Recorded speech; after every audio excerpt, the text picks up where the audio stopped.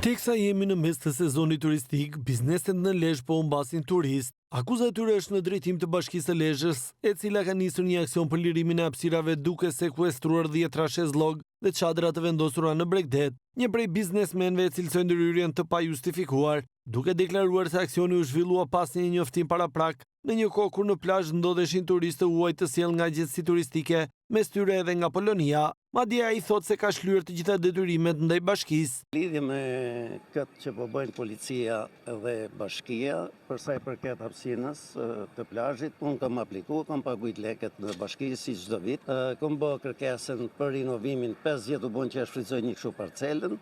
Tash i thonë këto, vinë në mes të ditës, çojnë pushuesit e huaj, na jena të lidhur me agjencitë huaj polake, i çojnë nga ato, pasi lloj njoftimi, e kanë kthy, ne s'mund ta kontrollojmë, e kanë kthy në hapësinë publike. Ne nuk po dim se si me bë, për mua është diçka e gabuar. Po i kena leje në taksat e paguajt me të kreta. I kena këtu me mandate me gjitha, tash ne kanë dhënë bile dhe plan të vendosjen se ku është. Me leje me të kreta. Absolutisht s'kena si lloj dienie, fare. Tash ti del thot ajo s'postu diku tjetër për komoditetin e vet. Del ka vetëm parcela ime me ndan dysh. Për mua jetëm tonë turizmin, po kjo shkatron turizmin. Kjo është një pronë shtet faktikisht.